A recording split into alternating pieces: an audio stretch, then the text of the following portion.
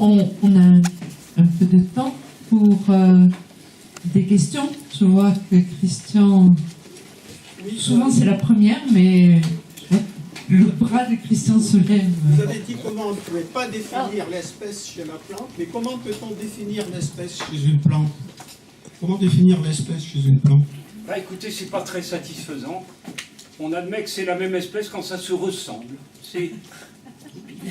Et maintenant, c'est même plus vrai. Non, c'est même plus vrai. C'était comme ça il y a peu de temps. Maintenant, on vérifie par la structure de l'ADN. D'ailleurs, ça ne remet pas tout en question, il ne faut pas croire. Mais de toute façon, que ce soit la ressemblance ou la structure de l'ADN, ça n'empêche pas que ces espèces végétales, elles ne sont pas équivalentes à l'espèce animale puisqu'elles se croisent sans problème et que la descendance est fertile. On a vraiment un problème avec la définition de l'espèce végétale et je voudrais dire qu'on se satisfait tant bien que mal de cette espèce d'ambiguïté. Voilà, il manque des idées nouvelles dans ce domaine-là. Vous avez parlé du nombre de génomes. Est-ce que ça veut dire que plus il y a de gènes, moins il y a de plaisir? Ah, sûrement pas. Sûrement pas. C'est intéressant le nombre de gènes. Les plus grands nombres de gènes, c'est des arbres tropicaux. Des arbres que vous connaissez fort bien, c'est les baobabs. C'est 10 fois le génome humain. Ils ont tout le plaisir qu'on veut. On ne sait pas à quoi ça leur sert d'avoir des génomes géants, c'est tout, on ne sait pas. Mais il est évident que ça doit leur servir à quelque chose. C'est pas gratuit tout ça.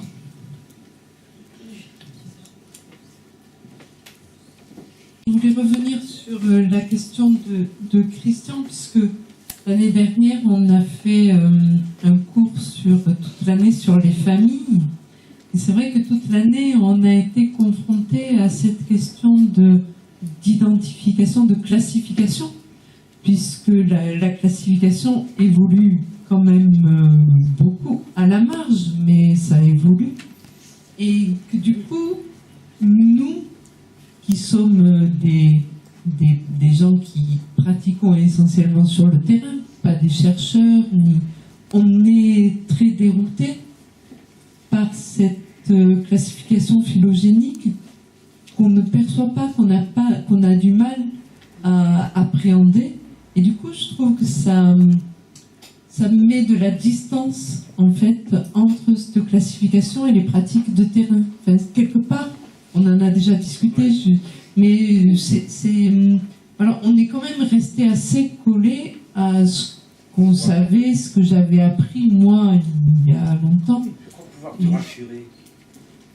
crois pouvoir te rassurer parce que les séquençages d'ADN, il y a quelques années, il fallait un laboratoire, ça coûtait des fortunes, il fallait des dizaines de personnes.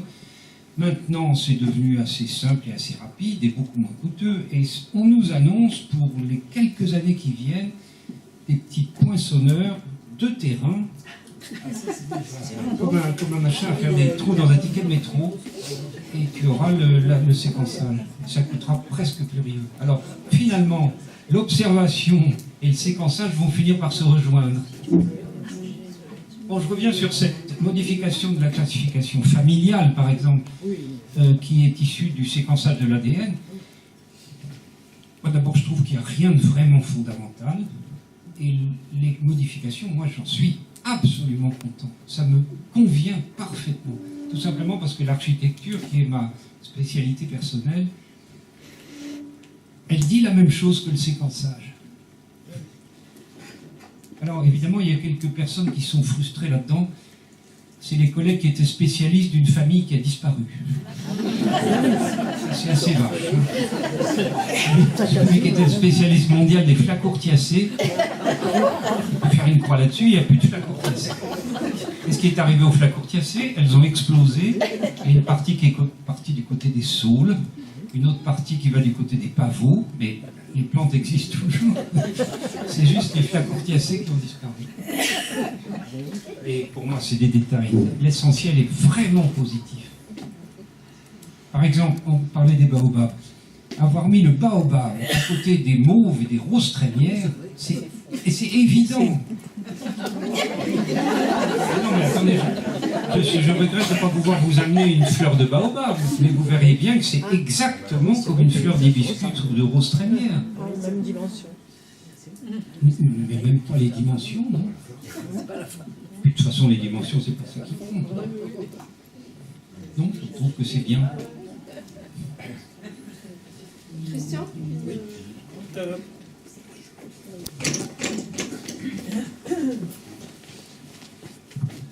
Vous l'avez presque dit à la fin, mais je pense que les plantes et les animaux sont complémentaires.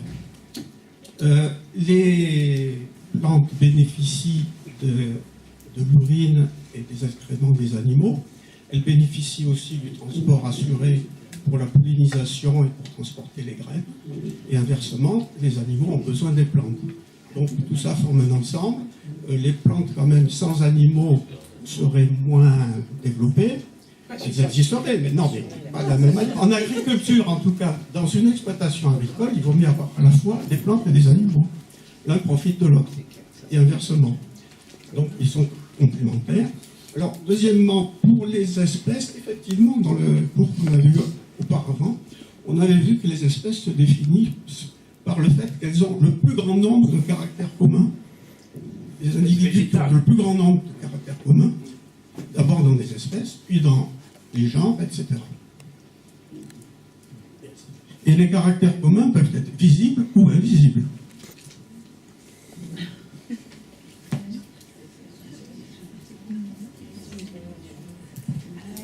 Vous parlez d'évolution dans un sens très restreint quand même. C'est un peu inquiétant d'entendre dire que c'est le nombre de génomes, de gènes qui va définir l'évolution. Non, c'est pas du tout ça que j'ai voulu dire. Là, il faut que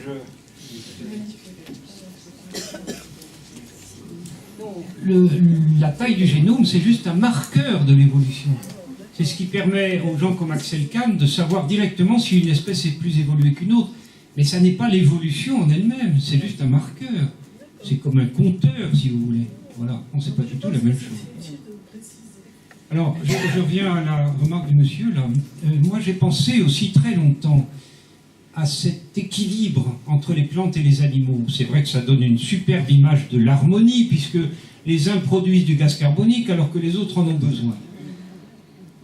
Mais je crois que c'est une vision trop superficielle de penser que c'est un véritable équilibre, parce qu'encore une fois, je suis absolument persuadé que les animaux ont un urgent besoin des plantes, tandis que les plantes n'ont pas besoin des animaux. Excusez-moi, mais vous prenez un pain d'Alep, facile à trouver ici, n'est-ce pas? Il est pollinisé par le vent, et ses graines sont dispersées par le vent.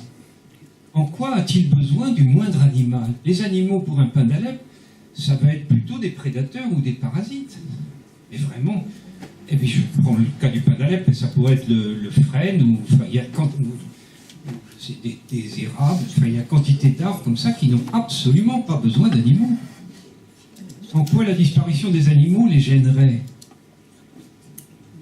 Et où retrouvez-vous cette notion d'équilibre dans ce que je viens de dire? Quand même des plantes qui ont besoin des animaux. Oui, on s'inquiète en général. Alors, vous connaissez sans doute les ophrys. Eh bien, effectivement, s'il y a des animaux, c'est les insectes qui viennent polliniser l'ophrys. Mais on sait aussi depuis très longtemps que si vous mettez un ophrys sous une cage en grillage, juste pour empêcher les animaux, elles s'auto-pollinisent. Et les pollinies tombent, et elles tombent précisément sur le stigmate. Comment positionner les champignons? Je regrette de ne pas avoir eu le temps d'introduire les champignons. C'est un groupe passionnant. Alors d'abord, c'est plus des plantes. Ça fait déjà 7 ou 8 ans, je crois, que c'est plus des plantes. Et je vais vous dire, quand j'ai appris que c'était plus des plantes, j'ai été soulagé. Je crois qu'on a fait une fête. Mais non, mais parce que pour un enseignant en botanique, tu fais des champignons, ça n'a rien à voir, n'est-ce pas? Alors bon, maintenant on sait que c'est pas des plantes, c'est pas non plus des animaux, c'est entre les deux, c'est légèrement plus proche des animaux. C'est cependant, voilà un groupe passionnant, très discret. on peut passer à côté sans les voir. L'essentiel, c'est souterrain. Et cependant, voilà un groupe fondamental, parce que c'est le seul groupe vivant qui soit capable de dégrader la molécule de lignine. Et donc, s'il n'y avait pas de champignons sur cette planète, les arbres dans les forêts tomberaient et resteraient. Donc on aurait des empilements de bois morts et rien ne permettrait à ça de disparaître. Heureusement qu'il y a les champignons. C'est un groupe absolument passionnant. Il y a un mec que tu devrais inviter qui s'appelle Marc-André Sellos. Tu le connais? Et écoute, il est président de la Société botanique de France, donc il serait très honoré de venir ici. Et c'est un spécialiste des champignons. D'autant plus qu'il y a des symbioses entre les arbres et les champignons qui font que l'un ne peut pas se passer de l'autre. Fondamental. Ainsi, l'arbre peut très bien...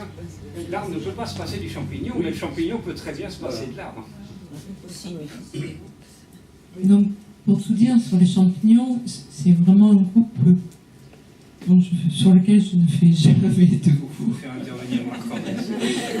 Et sauf, dans souvenir, j'ai arrêté quelques années ce cours de botanique un des remplaçants, c'était un monsieur, a fait un cours une année, ils ont eu cours que sur les champignons. Et ils s'en souviennent encore. Il y avait une question au fond, je crois.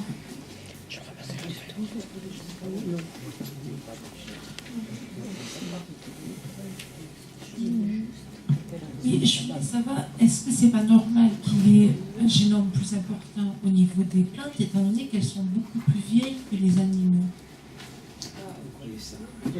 Parce que c'est les premiers, enfin, elles sont arrivées les premières, donc... Non. C'est ce qu'on a pensé pendant longtemps, mais nous savons maintenant que les animaux étaient là avant les plantes. C'est très curieux.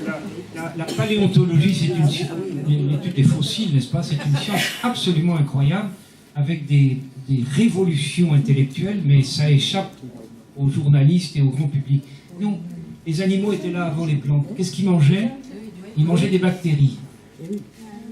Sur la côte australienne, on voit encore ce qu'on appelle des stromatolites, qui sont des colonies bactériennes énormes. C'est marin, hein? Et les premiers animaux étaient marins et mangeaient ces stromatolites. Ils se nourrissaient donc de bactéries, bien avant qu'il y ait des plantes sur les continents.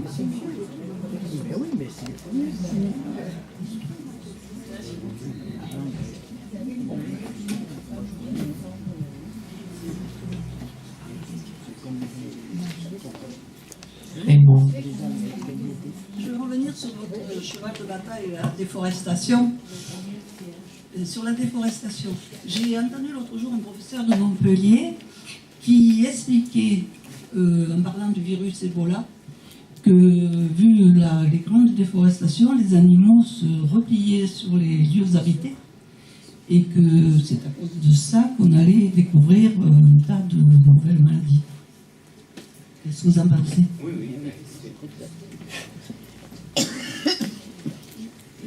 Je fréquente très souvent l'Afrique centrale, dans des zones où il y a Ebola, et tout le monde sait bien que, d'abord, que c'est les singes. Enfin, dans le temps, on mangeait des singes. Oui, c'est la viande. Maintenant, il n'est plus question de manger un singe, parce que c'est trop dangereux. Alors effectivement, le lien avec la déforestation, c'est ce qu'on dit communément en Afrique, et je crois que maintenant c'est admis par tous. Tant que les singes étaient dans un milieu équilibré, dans une faune normale, il n'y avait pas de souci. Seulement, la disparition des forêts amène les singes au contact direct de l'homme. Alors eux-mêmes ne sont pas malades, vous remarquez, c'est des porteurs sains. Il n'empêche qu'ils ont le virus Ebola en eux-mêmes, et si on s'en nourrit, ça devient extrêmement dangereux. Et mais ce n'est pas d'ailleurs la seule maladie qui soit une résultante de la déforestation tropicale. On dit ça même pour le sida, vous voyez. On dit ça pour le SRAS, les problèmes pulmonaires, les maladies pulmonaires qu'il y a eu en Extrême-Orient. Tout ça, c'est plus ou moins des conséquences de la disparition de la forêt et donc de la mise en avant d'une faune qui avant était beaucoup plus discrète.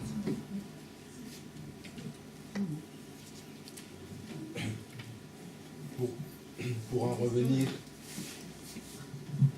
à l'origine entre les plantes et les animaux, je crois que maintenant on a beaucoup d'espoir avec la recherche astronomique, parce que quand on cherche l'origine de la vie, on essaye de découvrir des formes de vie, mais sans absolument penser qu'elles soient végétales ou animales. C'est une forme de vie. Donc je pense, à partir de ça, il y a de l'espoir pour trouver les véritables origines. Vous avez tout à fait raison, c'est dommage que ce petit missile qui a été envoyé sur la comète soit tombé en panne d'énergie assez vite, parce que sinon on aurait peut-être déjà la réponse. On cherche ces acides aminés notamment, et ça c'est ni végétal ni animal, c'est pas exactement pareil dans les deux groupes. Et c'est vrai qu'il n'y a, de mon point de vue, aucune raison de penser que la vie extraterrestre, si elle existe, soit divisée en plantes et animaux. Ça, je crois que c'est le cas de notre planète à nous, mais il n'y a pas de raison que ça soit généralisable. Voilà, ça nous entraîne fort loin.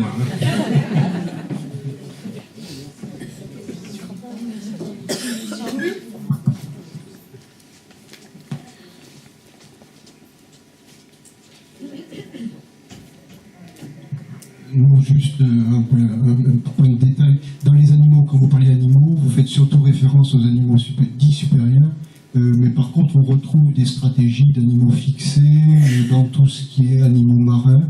Bon, l'huître est l'exemple le plus connu, mais je veux dire, il y a tous les annélides qui sont dans les bases, dans la mer, qui sont des animaux immobiles.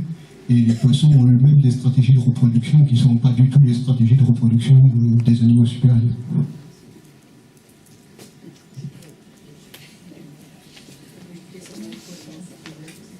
Merci, c'est une excellente remarque. Ça fait longtemps que je me dis que la vraie coupure n'est pas entre animaux et végétaux, mais entre fixe et mobile. Et dans le fond, cette coupure-là, fixe-mobile, elle passe au travers des animaux. Elle ne passe pas vraiment au travers des plantes, malheureusement. Mais on voit bien l'effet qu'a la fixité sur les animaux, ça devient des plantes. Ça prend tellement de caractère de plantes. Vous savez, un groupe comme le corail, là aussi, il y a eu des disputes scientifiques considérables pour savoir si c'était des plantes ou des animaux. Ça s'est résolu après, mais c'était pas évident, d'autant plus que comme elles vivent avec des algues symbiotes, elles ont besoin de lumière. Elles poussent vers le haut. Enfin, pour un animal, ça c'est étonnant.